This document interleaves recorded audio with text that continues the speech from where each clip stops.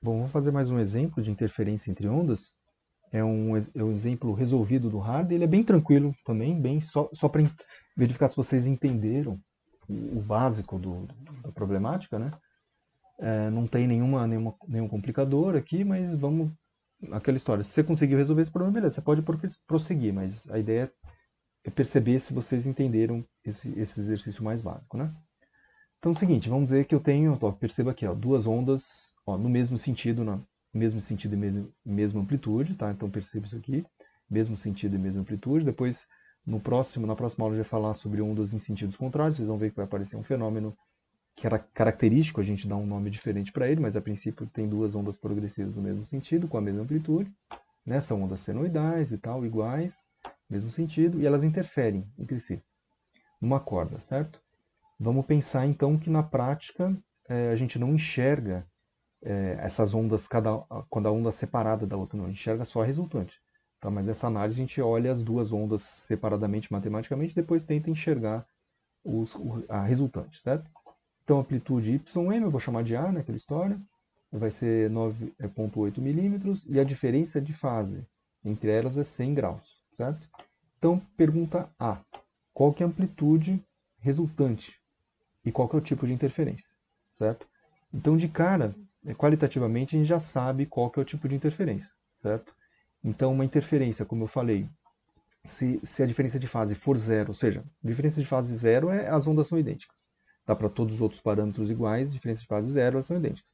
Então, nesse caso, eu vou ter, se a diferença de fase for zero, significa que eu tenho uma interferência construtiva, ou seja, simplesmente você soma a amplitude das duas ondas e esquece todo o resto. Então, é o caso mais simples mesmo.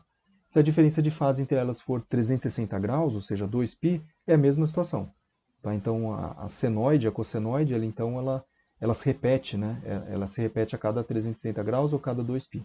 Então, se eu tenho 360 graus de diferença de fase, eu tenho, então, uma interferência construtiva também. Se eu tenho uma diferença de fase π, ou 180 graus, eu tenho uma interferência destrutiva, ou seja, eu não tenho amplitude nenhuma. Então, são os dois casos, interferência construtiva e destrutiva, e qualquer outra diferença de fase vai ser uma interferência que ele chama de como é que é? Intermediária. Intermediária. Diferença de fase intermediária. Então você tem essas três: a construtiva, a destrutiva e o que ele está chamando aqui de intermediária. Então, de cara, a gente já sabe. Interferência intermediária para esse caso. Qual que é o tipo de interferência? Mas vamos lá, agora vamos calcular exatamente, fazer uma continha para saber qual que é o valor da amplitude resultante. Então vamos colocar aqui nas notas de aula.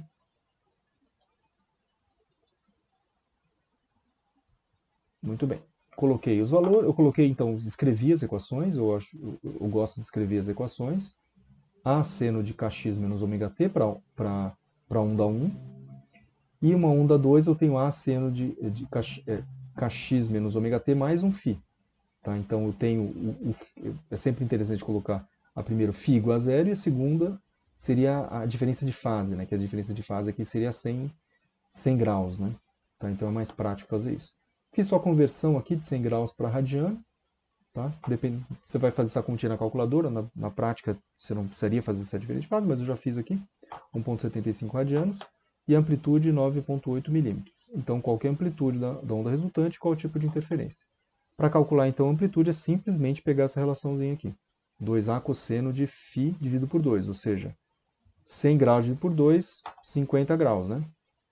Então, fiz aqui em radiano, mas tanto faz. Então a amplitude resultante é 12,6 milímetros, tá? Simplesmente isso, tá? 12,6 milímetros. Então veja, é uma interferência intermediária. Percebam, se a interferência fosse construtiva, seria 360 graus a diferença de fase, eu teria um valor da amplitude total 19,6 milímetros. Então ele é um pouquinho menor, 12,6 milímetros. Se eu tivesse uma interferência destrutiva, seria zero, simplesmente zero. Então ela está no range ali da intermediária, que é muitos casos, a maioria dos casos aqui são interferências intermediárias. Muito bem, então vamos agora para o item B. Bom, agora no item B, pede qual a diferença de fase em radianos e em comprimento de onda, no caso em que a amplitude da onda resultante seja 4,9 milímetros. Tá? Então, é um problema, o contrário, na verdade, que a gente fez até agora, né? Então, no primeiro caso, a gente tinha a diferença de fase e calculava amplitude resultante, agora é o contrário, eu tenho amplitude resultante e calculo a diferença de fase. Então, tranquilo, basicamente usa as mesmas relações, né? Exatamente a mesma relação, a mesma forma, né? Então, eu tenho aqui a amplitude resultante, 2A cosseno de φ dividido por 2. Eu quero que efetivamente a amplitude resultante seja 4,9, então eu coloquei 4,9, igual a 2 vezes 9,8, que seria o caso total de uma amplitude de uma interferência consultiva, vezes cosseno de φ por 2. Então veja que agora é simplesmente calcular o valor de φ. Então aqui 0,25 igual a cosseno de φ dividido por 2, fazendo o cosseno a menos 1, né? Cosseno a menos 1, ou no caso o arco cosseno, né? Arco cosseno de 0,25 igual a φ dividido por 2. Aqui uma observação é que como eu tenho φ por 2, quando eu faço o arco cosseno, que é o inverso, né, do cosseno, eu mantenho o φ por 2 aqui, certo? E aí esse 2 que está dividindo eu vou passar multiplicando aqui.